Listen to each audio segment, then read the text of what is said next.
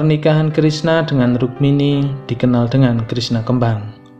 Pernikahan Krishna dengan Satyabhama dikenal dengan Krishna Bujangga atau alap-alapan Satyabhama. Pernikahan Krishna dengan Jembawati sering diberi judul Narayana Krama. Itulah ketiga pernikahan Krishna yang sempat terpaparkan dalam film cerita serial Radha Krishna. Kisah dilanjutkan saat Krishna ada di pihak Pandawa dalam peperangan Bharatayuddha. Usai perang Bharatayuddha, ketika dilangsungkan upacara pembakaran mayat para Kurawa yang telah tewas, semua anak menantu Gandhari telah menjadi janda. Mereka menangis sedih di hadapan mayat-mayat suaminya.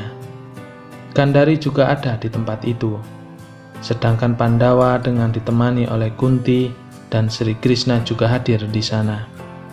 Mereka sangat sedih karena kehilangan sanak saudara mereka. Krishna lalu mencoba menghibur Gandhari. Dia berkata, "Mengapa ibunda menangis? Inilah dunia. Ibu pun pada suatu ketika akan meninggalkan dunia yang fana ini. Lalu mengapa sekarang menangis?" Gandhari kemudian menjawab, "Kalau saja Anda tidak merencanakan hal ini, maka semua anak-anakku akan tetap hidup, tidak terbunuh seperti ini." Krishna lalu menjawab, "Perang untuk menegakkan kebaikan atau dharma tidak dapat dicegah. Apa yang dapat kuperbuat? Aku hanyalah suatu alat." Lalu Gandhari berkata, "Paduka ini Taraka Brahma. Apabila Paduka menghendaki, Paduka bisa mengubah pikiran mereka tanpa perlu melakukan pertempuran. Biarlah seluruh dunia melihat dan menarik pelajaran." Selanjutnya Gandhari mengucapkan sumpah, "Seperti halnya anggota keluargaku yang mengalami kematian seperti ini, maka suatu hari keturunan Anda juga akan mengalami kehancuran di hadapan mata Paduka Krishna sendiri." Kutukan itu akhirnya menjadi kenyataan. Keturunan Krishna saling membunuh. Dengan memakai senjata dari perut Samba, para keturunan Wresni, Andaka, dan Yadu saling membunuh sesama. Tidak peduli kawan atau lawan, bahkan ayah dan anak saling membunuh. Dengan mata kepalanya sendiri, Krishna memperhatikan dan menyaksikan kehancuran mereka.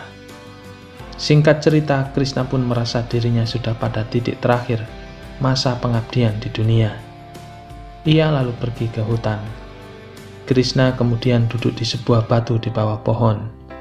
Krishna kemudian menutup panca inderanya dan melakukan yoga.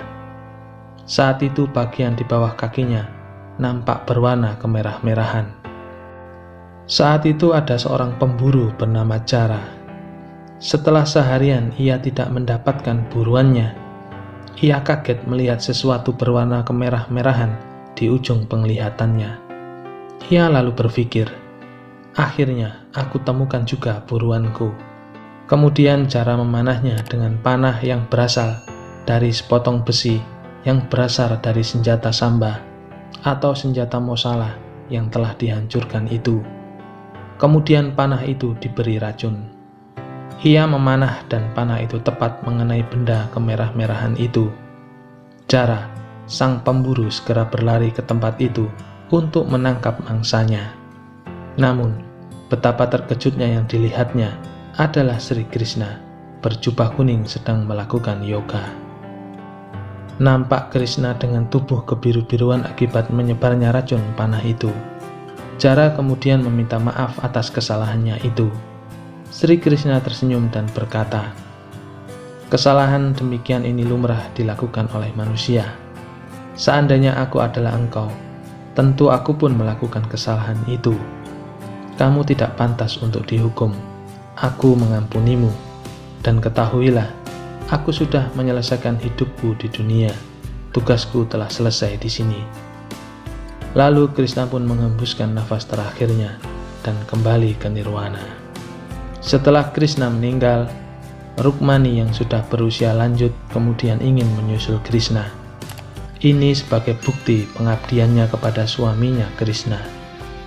Rukmani bersama istri Krishna yang lain akhirnya terjun ke dalam pancaka, yaitu sebuah api pembakaran jenazah Bakti kepada suami ini disebut sebagai bakti belapati, yaitu menyusul suami kembali ke nirwana.